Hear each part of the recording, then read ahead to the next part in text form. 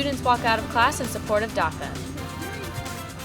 The traditional way of how a child should be raised has changed. I'm Javen Luan, and I have more on the story coming up soon. And broken VTA machines caused the police to get involved. Update News starts now. From the School of Journalism and Mass Communications at San Jose State University, your source for what's happening with a fresh perspective on today's issues. You're watching Update News. Welcome to Update News. I'm Madison Montoya. And I'm Bree Sheets. The U.S. Supreme Court is deciding whether to end DACA, Deferred Action for Childhood Arrivals. As the court listened to arguments on both sides of the issue Tuesday, students showed their support for DACA in San Jose. Jaylene Aguilar attended a rally and has more in this live report. Jaylene? Bree, students from all over San Jose schools, including De Anza, Evergreen, and San Jose State, attended the DACA rally. Immigrants are welcome here! EVs, you say HS! EVs! HS! San Jose high school and college students walked out of classes Tuesday to join this rally at Hillview Park, trying to send a message to the U.S. Supreme Court to preserve DACA. The reality is that DACA individuals have relied upon the program in order to have safety here, in order to work here, in order to pursue their dreams. And we also know that the DACA program is entirely legal. Priya Murthy works for Siren, a program which provides DACA renewals for individuals to be able to apply or renew for their DACA. Home is here! That's right. Home is here, and we are here to stay. State Assembly member Ash Kara voiced his support for DACA recipients and immigrants in the San Jose community. They want to keep you from voting. They want to make sure they do whatever they can to disempower you. But what we're going to do is we're going to say, screw that. We're going to keep showing up, and we're going to let them know that we are the ones in charge, not them. You know, my parents were in the same shoes. You know, they had to go through a lot of different obstacles to get their citizenship. While the San Jose State student recognizes the sacrifices his parents made to become citizens, he has sympathy for other immigrants. And not everyone is as fortunate, you know, especially if you're a new recent immigrant. It's a lot harder to even think about getting citizenship. Down with deportation, up with liberation. Down with deportation, up with liberation. Down with deportation. They came to the United States when they were babies or toddlers, and all they know is San Jose or California. The Supreme Court is expected to decide on DACA next spring. Live on campus, Jaylene Aguilar, Update News. When people think about the idea of what a family is supposed to look like, that usually entails having both parents in their household. But most people today have had the experience of being raised by either a single parent or separated parents. Javen Luan has more on the topic. Less than half of children are being raised in a household with two married people, according to the Pew Research Center. Cecil Torres is a single mother. She says raising a child on her own can be difficult, but it helped her mature as an individual. My lifestyle, I've learned how to manage time. Definitely I feel like there's a lot more pros of being a single mother. There's a lot of stigma when it comes to being a single parent, such as the assumption that a child is not properly cared for when both parents are not in the picture. Keone Jones says that single parenting means putting in more effort to make their children feel secure. So not being with the mother of these children, you know what I'm saying? It's like there's certain responsibilities that I still have to uphold to make sure that I'm a good father. According to a study conducted by the Pew Research Center in 2015, the idea of being a part of a nuclear family has shifted, resulting in children being raised in diverse and evolved backgrounds. The same study also entails that the reality of being in a household with two married parents has had a steady decline since the 1960s. San Jose State psychology professor Jill Citron says being raised by a single parent does not necessarily mean that a child is at a disadvantage. It depends on the context of which a child is brought up, as long as there are support systems and resources in place. To be able to get a bit of a respite break from caretaking, but that doesn't always have to be another parent. Being a parent is an important role anyone can have in life because it is a selfless act to take care of another person. Regardless of an individual's situation on why they are not with the opposite parent, it is important to maintain relationships. and let the child know that they are the priority. Her dad and I are more focused on her, and she understands that that's who we're focusing on, even though we're not in good terms. Citron discussed that children are more understanding as long as you are open and honest with them about why their family dynamic is the way that it is. On campus, Javen Luan, Update News. Many students take the light rail to and from campus, but those who don't have a ticket to ride can find themselves zapped with a fine. Adam Yoshikawa is live in the newsroom with more. Madison, some VT riders have received tickets, but not the kinds they were hoping for. They wanted to buy tickets in order to ride the light rail, but the machine was out of order. Nearly a dozen riders received infractions for failing to pay for their VTA pass Wednesday. But paying for a ticket was not an option at the South Santa Clara station. The machine was out of order and provided an error message. Passenger Felipe Streifling says officers began handing out tickets to a car full of riders. Then all of a sudden a cop come in the train and, I asked everybody to pull out their card. So then I thought, okay, well, sure, yeah. And then I pulled out mine and he tells me, oh, it's invalid. And then I didn't understand why. This fare sweep is one of many that happen every so often, involving officers boarding trains and checking riders for their tickets. The downed machines took VTA by surprise. In an email, Media Relations Representative Brandy Childress says, there were no alarms the day of or day before the fare sweep indicating that a ticket vending machine was down. Riders along the South Santa Clara platform desperately tried to explain the situation to officers, explaining that the ticket machine provided an error message, but officers still handed out tickets to the daily commuters, most of which were frustrated about the ordeal. And it was giving me an error, and I tried telling them, it was giving me an error, but they're like, nope, we're just gonna give you a ticket, it's your responsibility to check it out. Trying to explain, it's not right, man. Those who received a citation may opt to pay the citation upwards to $200, or they can fight the ticket in court. And next time, VTA representatives say, call the company to report a machine that's out of order, or you may end up with the type of ticket you don't want. Riders who are sorry may go to VTA services on Santa Clara Street and directly file a claim. They may also file a claim over the phone. Live in the newsroom, Adam Yoshikawa, Update News. Discussions about sustainability are occurring more and more. SJSU Green Campus is keeping the conversation going. Students may be surprised to know that SJSU supplies 90% of its own energy through an on-campus power plant. In a presentation Tuesday, Campus Sustainability Coordination Kristen Wonder said college campuses are the perfect places to save energy. Sustainability is all about using the resources that we have in a way that future generations can benefit from them as well. So here on campus, we're like a small city, and so it's a great opportunity to practice sustainability and mindfulness. The SJSU Green Campus team has been working to implement sustainable alternatives to the campus. The projects have ranged from silent stream recycling to more water bottle refill stations around campus. In its office, the team has also set up a share shelf where students can donate or pick up free school supplies. Education in the Bay Area is proving to be a problem of inequality, a system based on income geographics. Madison Montoya has more on the issue. Education has always been separated between private, charter, and public. But now inequality is becoming more relevant within the public school system, according to the San Jose-based Innovative Public Schools report. Students from affluent areas are benefiting from technology advances and better teachers, whereas lower-income schools are providing a completely different experience, according to middle school teacher Patrick Aguayo. And teachers themselves were just like, we just need to get through this together. It wasn't even like a I expect more from you situation. It's just like, this is what you've been dealt, and kind of go for it. Aguayo says he noticed a complete difference in the students' mentality when he was completing his student teaching.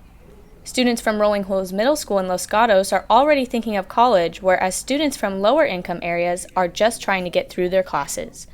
The public schools report published in 2017 showed that only 34% of low-income students in the Bay Area met the state English standards. I just think the whole equality versus equity, where if you give a higher income school the same amount that you're giving the lower income, the higher income is still going to succeed.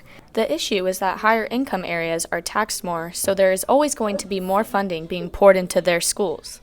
San Jose State senior Cole Half went to public school in the Bay Area, but was shocked at the difference between schools when he started coaching at Del Mar High School in San Jose. So my high school experience was definitely a lot different.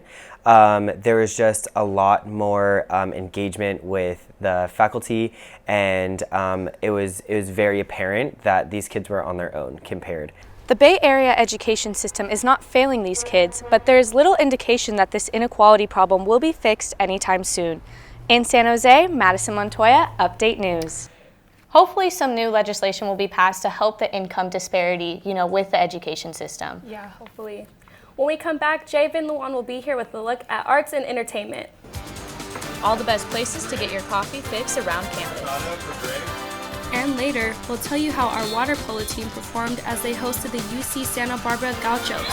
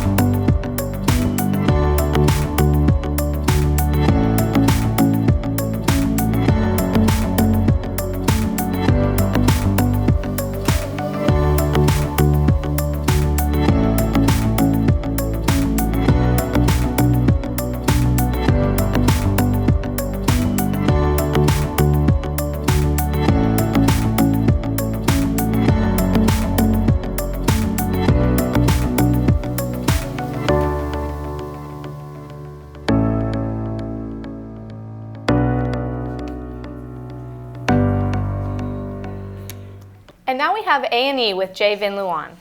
It's crazy to think that people are so addicted to coffee. I know, coffee is like water to a college student. San Jose ranks number 5 in the nation for average spending per year on coffee, according to Wallet Hub. Ryan Carlson gives us a look into the local coffee scene right here in San Jose. There is a large variety of coffee shops in the downtown San Jose area that local residents and SJSU students enjoy. Every coffee shop has its own regular customers who get to know the baristas and owners of these shops. Stephen Courtwright is a regular at Circle A Coffee, which is located across from the San Jose State Hammer Theater. I prefer non-chain coffee, so they have a really good selection of coffee and pretty decent selection of pastries, so it's a nice place to just sort of hang out, relax, have a cup of coffee. Circle A is a long-time skate shop that added a coffee shop 7 months ago in what used to be the shoe section of the store.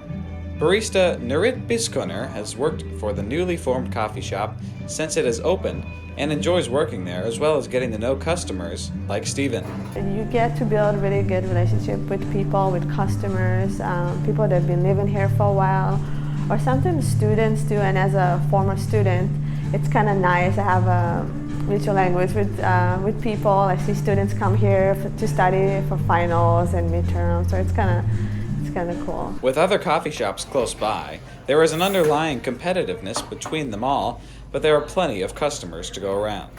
Daniel Crump, barista at Voyager, enjoys the unique aesthetic of each individual coffee shop. I like how nature is becoming a bigger part in the aesthetic of these third wave coffee shops. A lot of plants, which is really nice. The coffee industry is booming, and these shops in San Jose, like Circle A, are taking advantage. I couldn't help myself when visiting Voyager Coffee to try some for myself. In San Jose, I'm Ryan Carlson, Update News. The SJSU Art Department is holding an exhibit that shows different political perspectives. It's called Boundary Span and focuses on breaking down the artificial barriers that divide countries and ideas. The exhibit features interdisciplinary artwork from sculptures to photographs to multimedia presentations. A statue is even made out of file folders. One of the artists is Sherwin Rio. He's based out of San Francisco and uses metaphors to illustrate class mobility of the Filipino community. It's been really great to be here and spend my day at San Jose State University. I've been able to meet with students throughout the day, talk with them in their studios about their practices, and just share a little bit about my work with them. The Boundary Span exhibition is November 12th to February 21st. The lectures and artwork are at the Natalie and James Thompson Gallery in SJSU Art Building. And that does it for arts and entertainment. That was a super interesting exhibit. Yeah, the sculptures, like the one made out of file folders, was super interesting. Yeah, super cool. When we come back, Roman Contreras will be here with sports.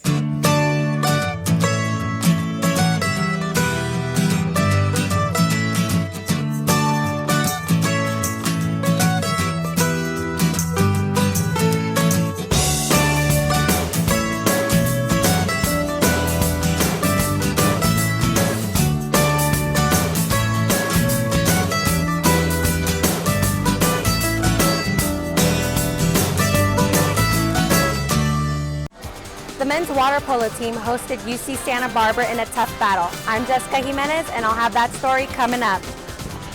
Spartan hockey was on the road in San Diego. We have the results. Update News will be right back.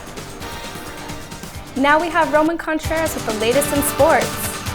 Roman, you used to play sports, right? Yes, You were actually on the water polo team? I was. Unfortunately, not for SJSU. I didn't make it that far. With the water polo season coming to a close, the Spartans have less than 3 games to go. The team played a grueling game against UC Santa Barbara Saturday at the Spartan Recreation and Aquatic Center. Jessica Jimenez was there.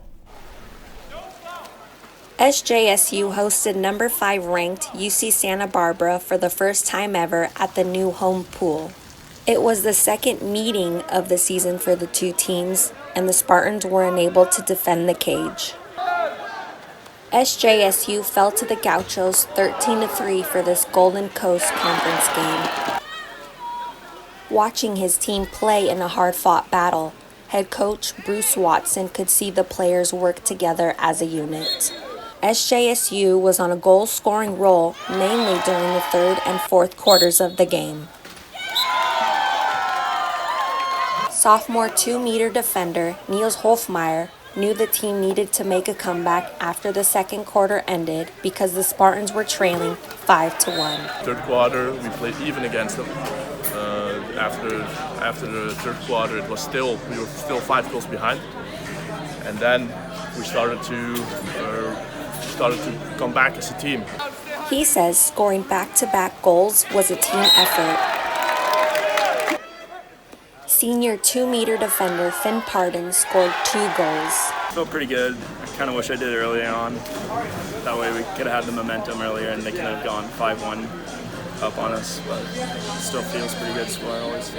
SJSU will have its final home game of the season at the SRAC on Saturday, where it will also be senior day. On campus, Jessica Jimenez, Update News. Spartan hockey visited San Diego last weekend for 2 games against its division rival, the San Diego State Aztecs. Only 13 players were able to make the trip, so the Spartans were already at a disadvantage in terms of roster depth. Not to mention, the team they were going up against had a record of 12-3. The first game ended in a 6-1 loss for San Jose. San Diego. So the first game didn't go quite as San Jose State made it offensive planned. zone, controlling the puck most of the game. A long day on the bus, 11 hours in total, then right to a hockey game. Lose again Saturday night by a score of 6-3 despite a late push in the third period. This puts the Spartans at a 5-6-1 record with 14 games remaining. The next Spartan hockey games will be here in San Jose as the team gears up against another division rival from the South, the USC Trojans. And that's all I have for sports. I've never been to a hockey game, but Ryan makes it sound like it's a real fun time. Sounds like an amazing time. And that does it for this week's edition of Update News. From all of us here, thank you for joining us and see you next week.